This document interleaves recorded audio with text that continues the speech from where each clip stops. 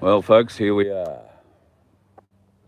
Welcome to the front gates of the Governor-General's in Canberra. I care so much about this Governor-General I couldn't tell you its name.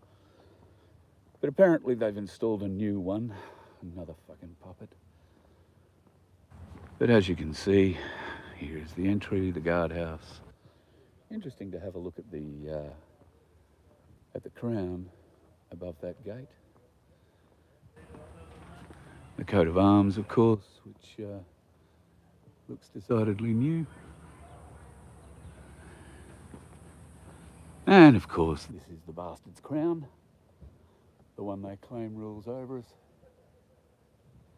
Has nothing to do with anything like that. So we're just getting ready now for the ceremony. Now there's the coat of arms we are interested in. That, folks, is the real Australian coat of arms. The real one.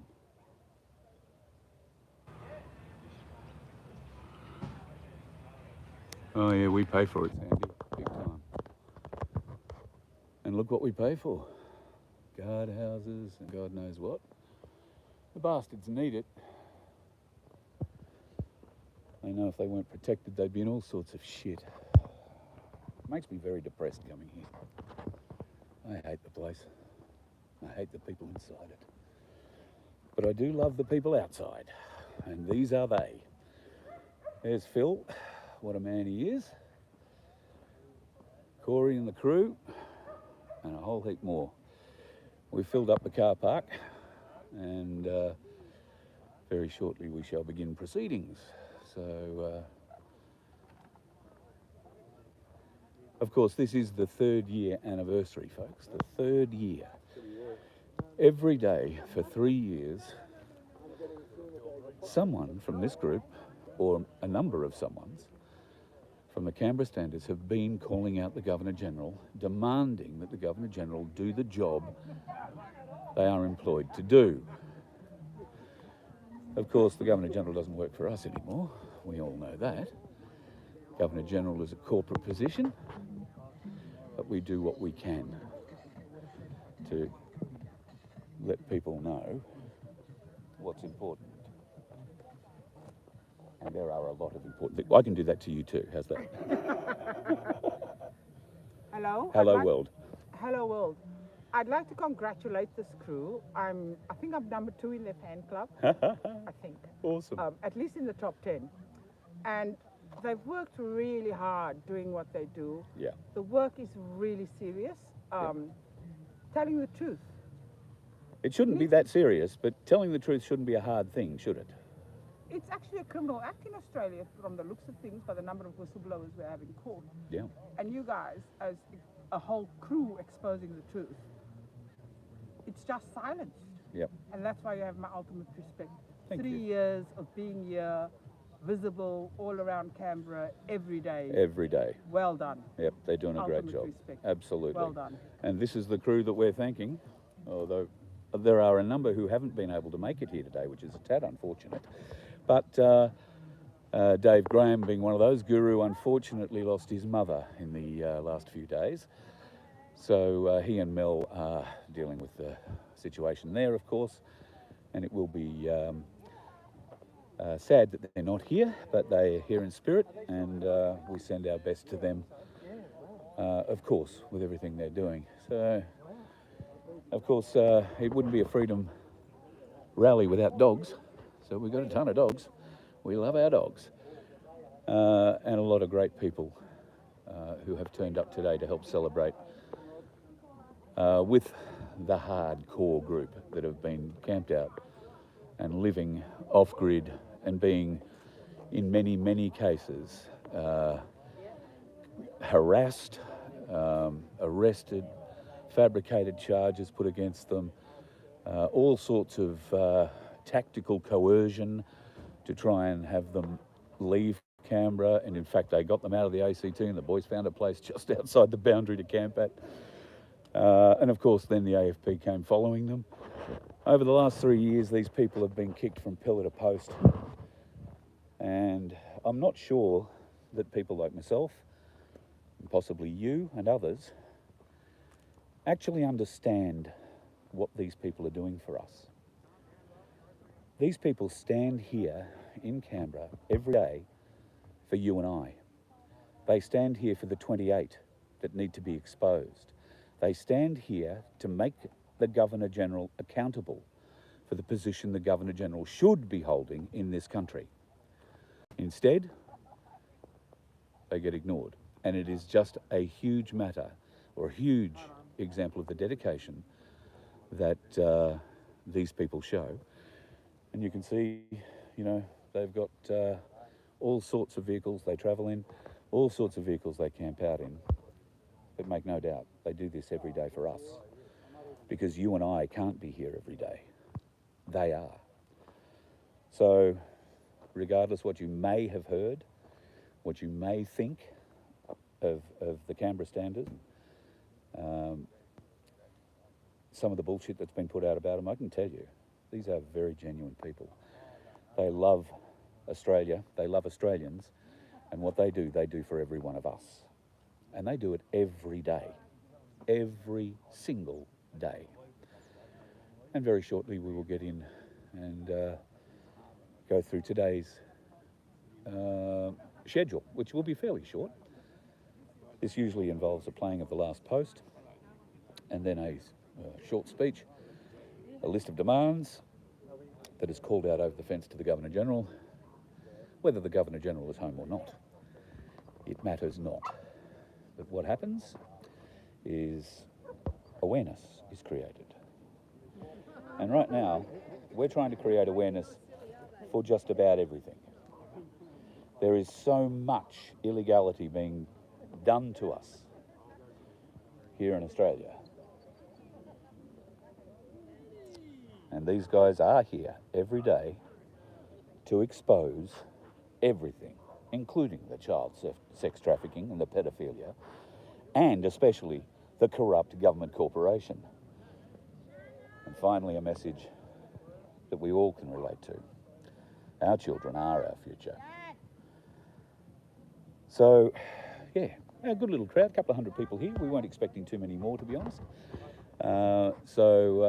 Yeah, great little show. I might just, oh no, it looks like we're all going to get into this now, so we will keep the live going for a little bit. For those of you who have not ever been to a Canberra stand, you're about to join me at one. And Kobe the Wonder Dog is joining us. Aren't you Kobe the Wonder Dog? Hey? He's my boy. Well, he's not my boy, he's Cass's boy. But he's my favourite boy. He's a beautiful big dog. In case you're wondering, he's got about 50 bits of bitzer in him. And he's not the friendliest around other dogs, which is why the muzzle is on. So, although he's been very good this morning. Okay, so more dogs, more people. And we will climb up the front here. So we are not allowed on the grassed area at the front there. Security. So we step back, have this road separating us, and we don't block any roads. There's no access denied or anything like that to the Governor-General's. This is simply what happens every day with the Canberra Standers here in Canberra. We're running a little bit late this morning, but it should be ready to go in a couple of minutes, fingers crossed. I would take this opportunity just to point out to Nicola Charles, the White Rabbit. Did you see any military yet? Hang on, let's have another look. Do you see any military? Just wondering. Not a one. Do you think you're going to see military tomorrow? You're not going to see that either. So don't be turned off by what I think is a bit of white anting being done by the White Rabbit. If you would like to come and join us in Canberra tomorrow, we would love to see you. The corruption whistleblowers will be releasing their brief of evidence. We will talk about that brief of evidence this afternoon in a live when I get back out to where we're staying. I'll sit down with Donna and Peter and we will go through the brief of evidence so you'll see it. It'll also be available for you to download from vofhq.com. So too will the indictment be able to be downloaded. And if you want to be part of that indictment, then all the registration forms will be part of that download and the instructions on what to do. Bear in mind, if you go in and be part of the indictment process, you cannot be part of the jury process, which we will talk forward more about later this afternoon and further in the next couple of weeks. But we would love to see you tomorrow at Magna Carta Park. Most people in Canberra don't even know where it is, but it's right beside Old Parliament House. So we're going to Magna Carta Park for a picnic, and there'll be a speech. It won't be a long day. Nobody's planning to stay there forever.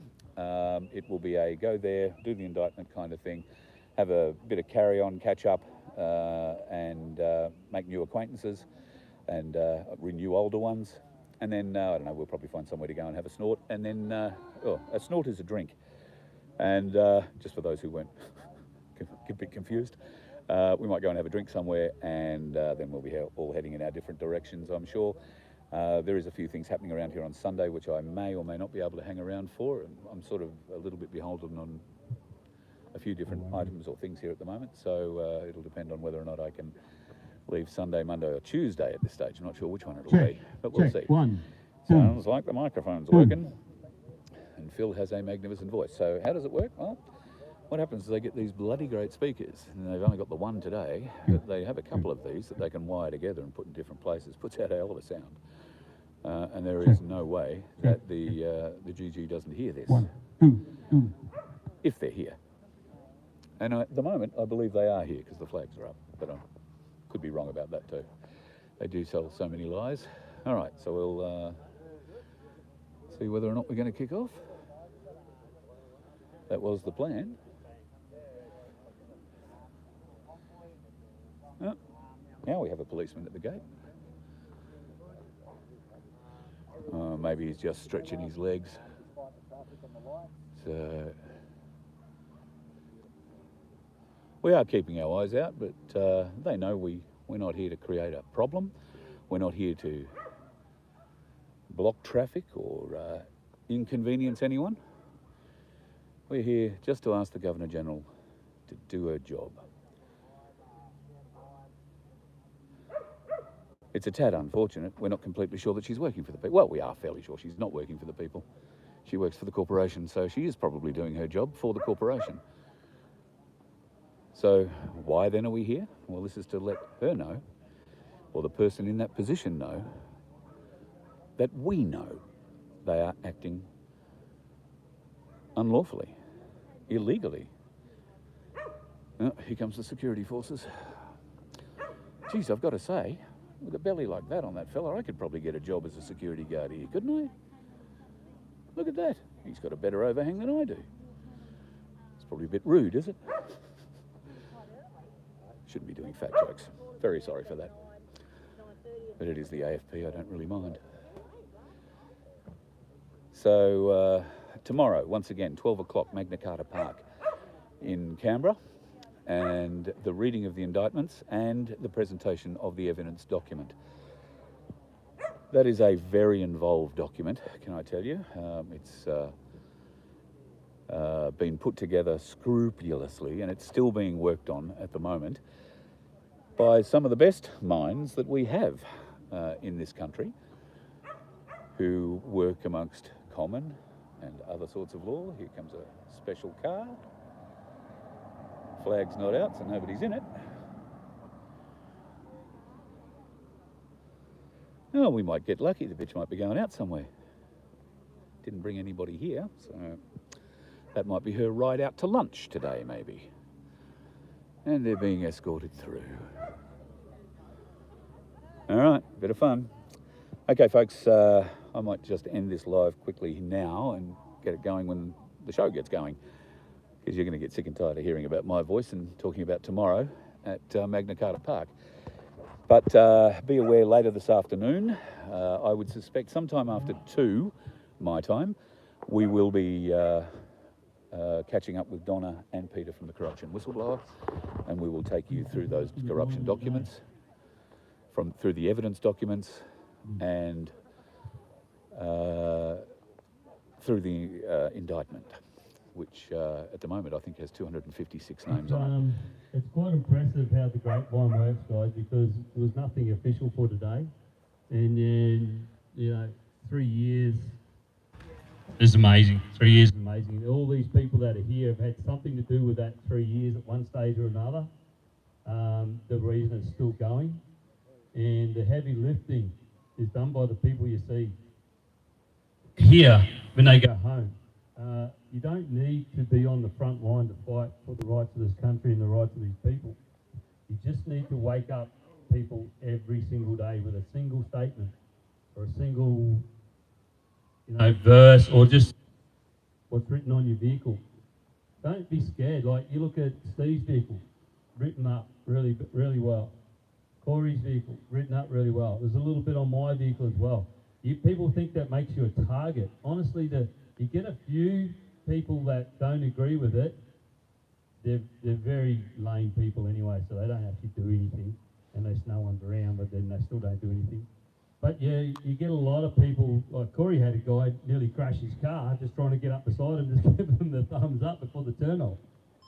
It's amazing. And then one day my car was parked at the shops and Corey was seeing my car there and he pulled up and he was just sitting back watching, and there was a lady there who didn't agree with what was written on my vehicle, and some other lady walked past and she said, "Oh, bloody cookers, rah, rah, rah." And this lady turned around, she said, "Look at that, 48 children a day go missing. What are you doing?" And she pointed the finger at these people. Because we have supporters. They understand, they read that stuff, they understand. And that's what wakes people up. And it's like this, I put it like this. They've been boiling the pot with the frog in it for thousands of years, slowly, bit by bit by bit by bit. We need to reverse that. How do we do it? Every person we wake up is like an ice cube dropping into that water, bringing it down 1 degree, half a degree, 1 degree. It's going to take time. We've had thousands of years. Look at the change we've made in such a short time. It's not massive change. It's not change that is going to change things overnight, but it has made change. They made laws here to stop us. They made laws all over this country to stop people, and they keep piling these laws on. These laws are working against them because we're smart. We hold them accountable, and we've got to continue holding them accountable and wake that person up, one person at a time. And so many people now have come forward who were totally against this style of thing and what we were saying, and now going, wow. I had a guy make a statement to me the other day. I've never felt the same since that day that I had the forced medical procedure. And he regrets it, but he was actually an advocate for it. And now he's not an advocate against it so much, but he realises that it was a mistake. What are you doing, boss? There was people with religions who don't believe in medical science who did it against their religion, and they're like, whoa. Big wake up. But everyone here in the grapevine, this was not really official, and yet look at all the people that you see that are here, that have just filled it in. It's just the family, the family. This is the family. Goosebumps. We are family. We are family.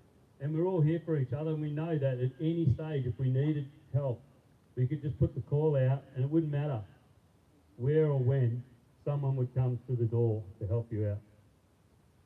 Someone, because family does that for family. And this is real family. I mean, a lot of us probably have family that extradited us for our own opinions. We went through what is probably the toughest psychological attack on the human race for a long time, probably forever, and we went through it and we survived because we stood behind our moral standards and opinions with our hand on our chest and our country at mind. And we survived it. We were extradited, we were told we couldn't do this, couldn't do that. You know what? Most of us went, we don't need that shit. In fact, we don't use those places anyway, most of us. We don't need to go there. So many people told me, I've lost everything and I've never felt more alive. I've lost my house. I've lost my job. I've lost most of my possessions and I've never felt better. Because it brought us back to our true roots of what we are. We don't need that stuff. That's them creating the monster that they can control. A guy called me up the other day, he's having some legal issues with some things. First thing I asked him, do you have dependents? Do you have a wife? Do you have children? He said, I've got a 6-year-old daughter. I said, they've got you. They've got you because you have dependents. You can't stand completely on your own. I said, your responsibility is your daughter. You might have to cop a few so that you can raise your daughter, but you can raise your daughter with morals and standards. I said, if they take her off you, they've won because they will indoctrinate her and she will become the person you don't want her to be. But be the man, take the hit, and bring your daughter up the right way. That's how you do it. We don't all have to stand in the limelight fighting against the front line. We can bring up the next generation that fights them. You know, my theory on world wars was that they were trying to eliminate morals and standards. They took all the young viral men who had massive morals and standards, some of them 14-year-old lying about their age just to stand for what they thought was the truth, which we now know was a lie. And that was them eliminating all those morals and standards. All these single mums that were created from those wars, that was their ability to, those mums had to work to survive, so then they had control of those kids and they could indoctrinate them. That's what the World War was about, I believe. Shame. You know, so if you have a dependent, spend your life with the responsibility of your dependent. If you put your hand up for dependents, you put your hand up for a lifetime and train them and teach them and show them.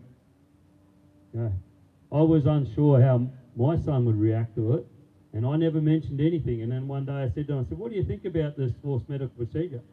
And he said, Dad, if they have to give away $1 million to talk you into it, competition, there's something wrong. And I said, good boy. And you wouldn't pass him as the sharpest tool in the shed sometimes. Other times he's amazing. But that was one of the examples. Just morals and standards. He knew that if they were giving away competition money, there was a problem there because that wasn't a moral thing to do or the right thing to do. So if they have to convince people with $1 million, there's something definitely wrong. But it's amazing to see all you guys. 3 years. Who would have thought? 3 years. Came down here on a whim, most of us. Struggled to get here, you know. As soon as the convoy started, what did they do? Jack the price of fuel up. These are people that had nothing, who'd sacrificed everything. You know, there's people standing in this crowd who literally, their life is completely different to what it used to be. Well, it would be anyway, but I mean, you know what I mean. They've lost everything, but gained everything. And it's amazing that the walks of life we all come from, it didn't matter. It was the way we thought, and it was the way our heart thought.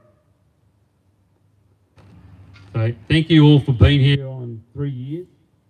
I mean, 1,000 Day was cool the other day, but that was 1,000 days. This is 3 years. This is an anniversary.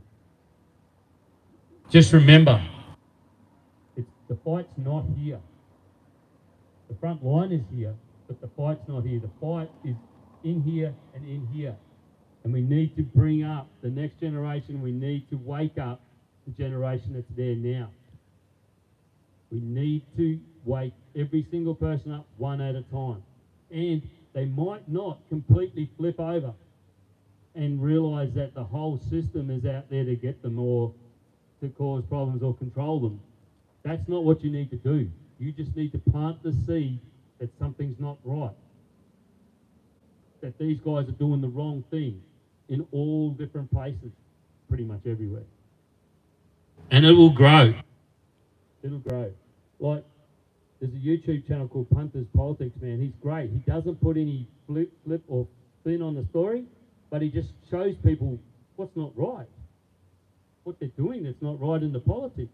And that will filter down to other things. They go, well, if they're not doing things right there, what are they doing at a local level?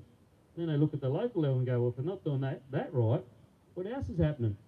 And the next thing you know, they're neck deep in the rabbit hole trying to get out. Once they're in, they're not out. There's no out of the rabbit hole. There's people who choose to ignore the rabbit hole after they've been down it, but it just eats away at their mind the whole time. They don't get away. Right, we're running a bit late, so, well, time's a construct by them. Why do they make the time construct? Because they need to find a way to charge you for the labour you give them for something you can't get back, and that's your time. So, debt slavery. They say, oh, you're free now, can't work. Better survive, get some of this money and give us half, or more than half. Hey? Yeah, it's about 73% or something like that. It works out in the long run. Yeah, it's not much you get out of it. But most of us people here probably aren't living in that debt slavery.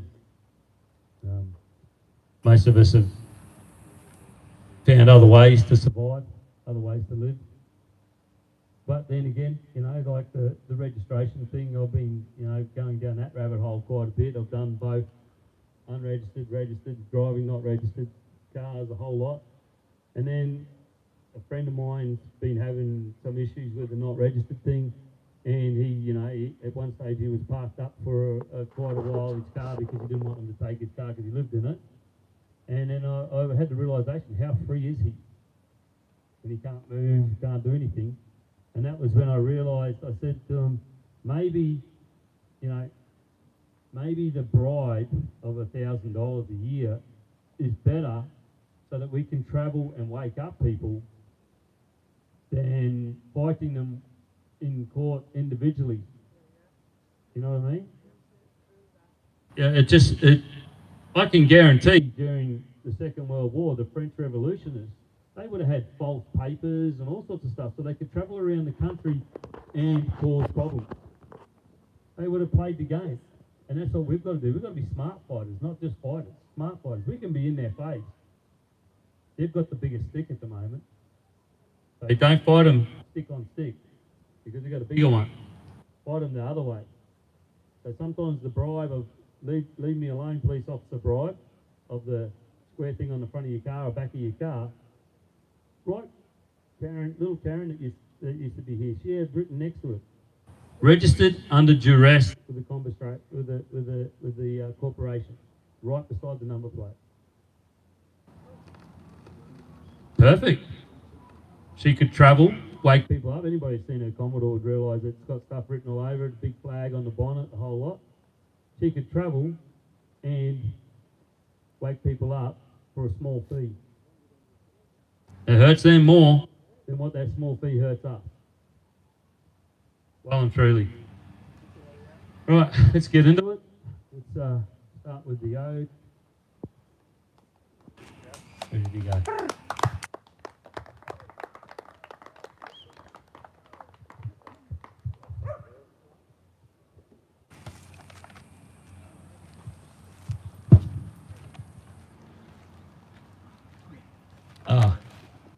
Please remove hats if not in uniform.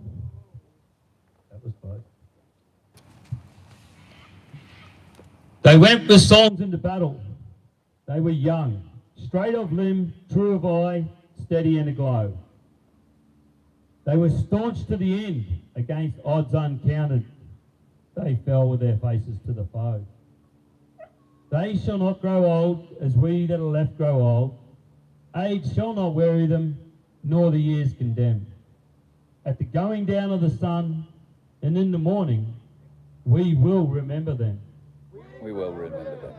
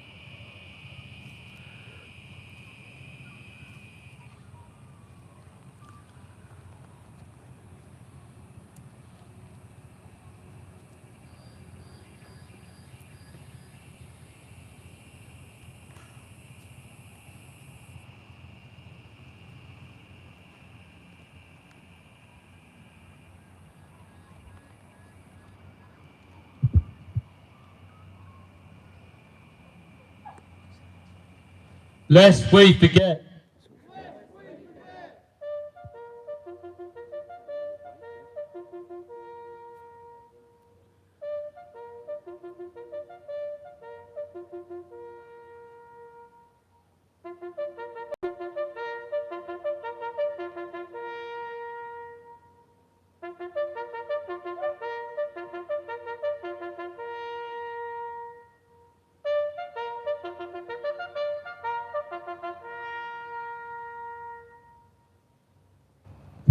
Make Australia great again by making Australians great again.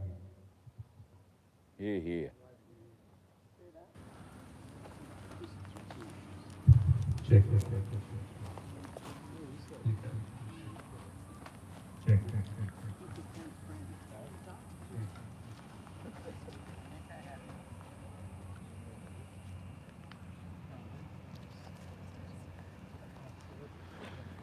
Well, that's most of it for today. Boss cocky. I know, really. I shouldn't even bother with you, but I'm going to. What sort of a useless, pathetic human being are you? Did you not listen? Clearly you don't, and you're probably jabbed up the wazoo. If you had have been listening, rather than trying to mouth off in the chat, you might have heard that this event wasn't publicised. So the crowd that we have here is what we call an organic crowd. These are the people that really care. These are the people that really want to be here and support, unlike you, you weak-gutted prick, who just wants to sit there on your keyboard and pretend that you're part of it, or shoot it down. You're pathetic. It's just pathetic. I don't understand why you feel your enlightened opinion about a speaker, and I know, Phil, by the sounds of it, you do, and probably he said something you didn't agree with.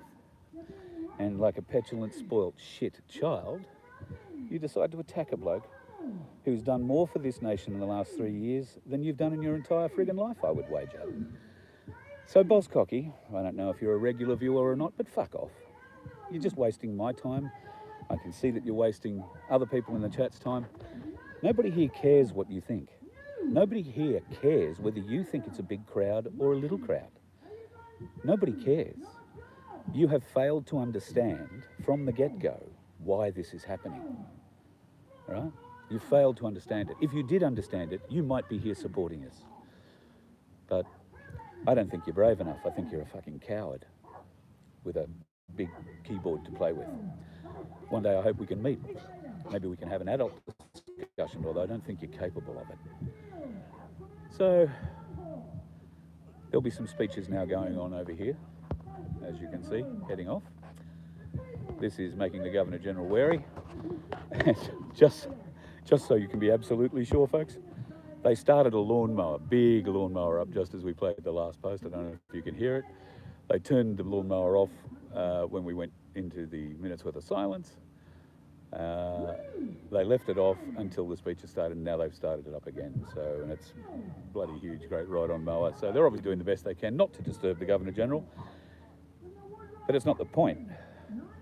The point seems to be lost on dickheads like Boss Cocky. The point is they're here every day.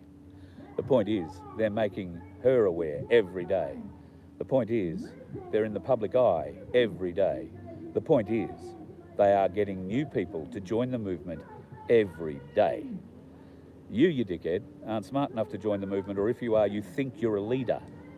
And somebody shocked you and pushed you back from that role, and now you sit in your armchair and throw shit. Get off your ass, come out here and talk to me like a real man, rather than sitting there spinning shit and chat, you weak, pathetic prick. Anyway, this afternoon, we will talk more about what's going on with the grand jury indictments with Donna and Peter from Corruption Whistleblower. We'll be out on the property back then this afternoon, so I'd probably expect that mid-afternoon. And if you are interested in getting the documents and going through them with us, I'm not sure if they've been emailed through yet. Vince will put them up on vofhq.com. You can download them and go through them with us this afternoon. I'll make sure that's happened before we start the show, so you can go and check that one out. Thank you for joining us this morning. I know many of you want to be here. You're certainly here in spirit. And this was a very organic, not promoted event. I mentioned it. I think I'm the only one who did mention it. Guru probably did too. But it wasn't designed to bring thousands of people here. All right, this is designed to be a remembrance of the 3 years of dedication shown by the people who do turn up. Not the armchair warriors like Boss Cock, who likes to sit at home, claim he's doing something by typing letters on a keyboard, which frankly I'm surprised he can spell. But anyway, we'll love it and leave it there for this point of the day, folks. You never know. I might get another rant going on the Boss Cocky. I can't read you if you are replying, mate. So don't bother. Send me an email with your phone number and your real name, you gutless prick. Then we can talk. I don't talk to pseudonyms. Anyway, folks, have yourself a great day. Enjoy yourselves. It's a beautiful day in Canberra. Going to be 34 degrees here today, so certainly going to work up a sweat. And we'll stay here for another half an hour or so, get through these speeches, and then see you again this afternoon for a chat about tomorrow's big event at Magna Carta Park, right beside Old Parliament House, where we will go through the grand jury indictments thanks to the corruption whistleblower. That's all happening tomorrow, right here in Canberra. If you can come, we would love to see you. It's going to be a great event. Bring a picnic blanket, sit down, have a sandwich. That's basically what it's all about. A sanger, a sausage, a drink, and have a listen to the evidence. And the evidence is quite overwhelming. Anyway, that's for tomorrow. Have yourself a good day, and we'll talk later on this afternoon with Donna and Peter. See you, boys.